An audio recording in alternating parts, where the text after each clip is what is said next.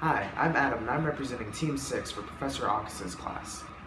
We were tasked with creating an irrigation lift system for those that live in Nepal so that they can move water from a low source to a higher source, such as a farm or a community that could use and require the water for their daily lives.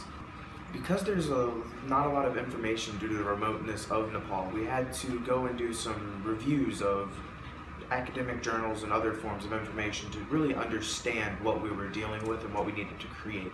Through this, we were able to realize we needed to create a low-cost project that would be able to move the water effectively and be easily maintainable by the people that were residing in Nepal. Stakeholders in Nepal are, well, mostly the farmers and the people living in the communities that would have to afford these projects to be implemented. They don't have a lot of income. 60% of Nepal itself only has a $14 income a week. So that's why we really focused on making this low cost. Also, the people that really have a stake in this are the women that would have to carry the waters on the back themselves.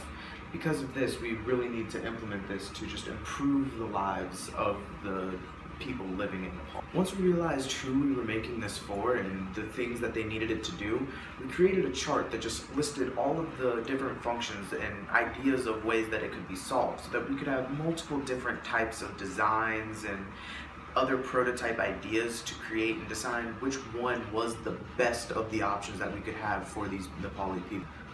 Once we had all of the different options out there, we created a Pew selection matrix, which was a matrix that just listed all of the different ideas and major needs that we've realized were involved in this project and weighted them to figure out which design was the best. After doing this matrix, we've realized that the best design that we could create that was low income but still managed to cover all of the possible needs was this pulley lift system, which what it had would be a motor-driven system on the top or on the bottom, and then it would also be powered by a solar panel or other form of power source, and would simply just rotate a train of buckets throughout the Nepali area and would be able to pick up water from a low source and move it to a place to set the water at the higher source.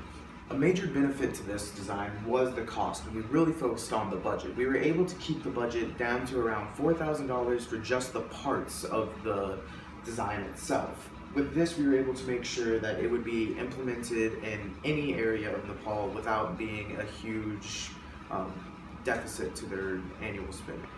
So because there are a lot of moving parts, we do have a major downfall is that any of these parts failing would cause a total failure for the entire design.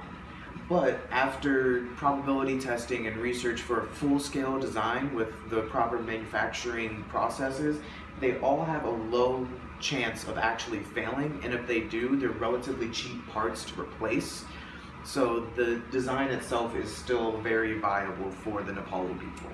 Just to ensure that we were comfortable with the probability of each part, we decided to do a test of the smaller scale parts themselves.